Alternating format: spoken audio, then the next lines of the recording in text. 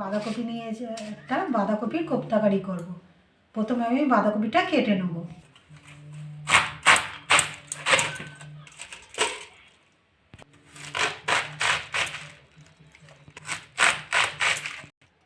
এবার এটা ভালো করে ধুয়ে নেব।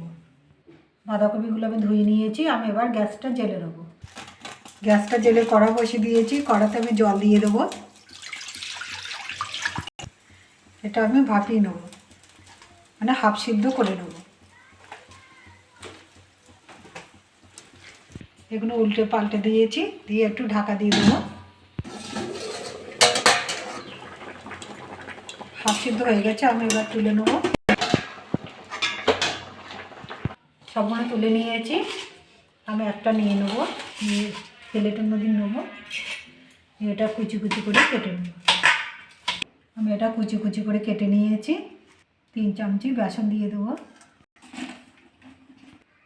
কর্নফ্লাওয়ার দিয়ে দেবো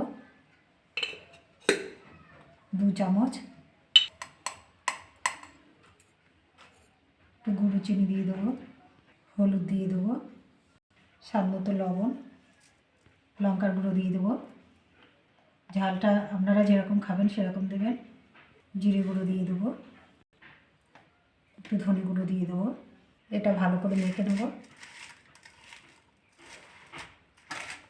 জল দেবো না, এরকমই মাখবো।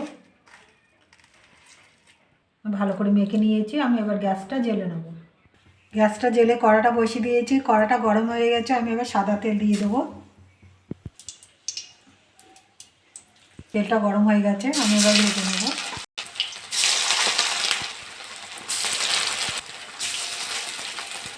এক সাইডে হয়ে গেছে, আমি আস্তে আস্তে উল্টে দেবো। উল্টে পাল্টে ভালো করে ভেজে নেব। সবগুলো আমার হয়ে গেছে, আমি এবার তুলে নেব। সবগুলো তুলে নিয়েছি। এগুলো আমি একইভাবে ভেজে নেব।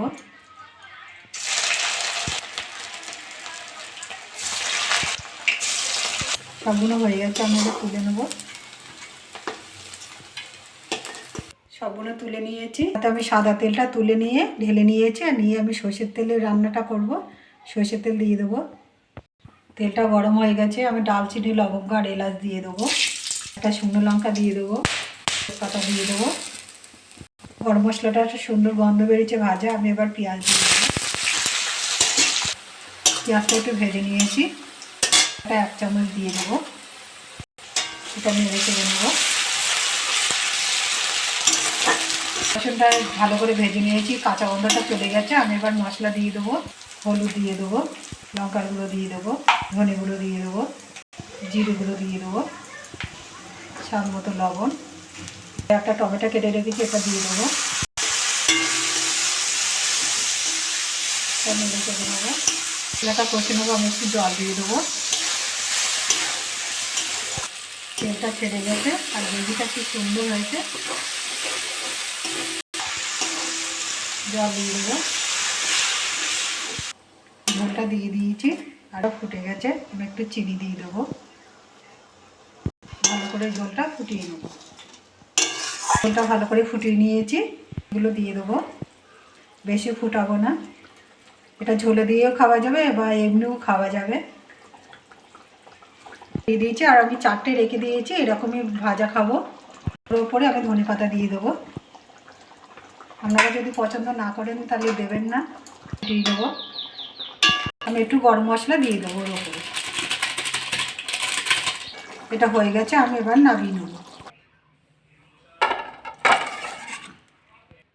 দেখুন কি সুন্দর হয়েছে। এরকম করে বাড়িতে রান্না করে খাবেন। খেয়ে ভালো লাগলে আমার চ্যানেলটাকে লাইক করবেন, শেয়ার করবেন, কমেন্ট করবেন, সাবস্ক্রাইব করবেন। ধন্যবাদ।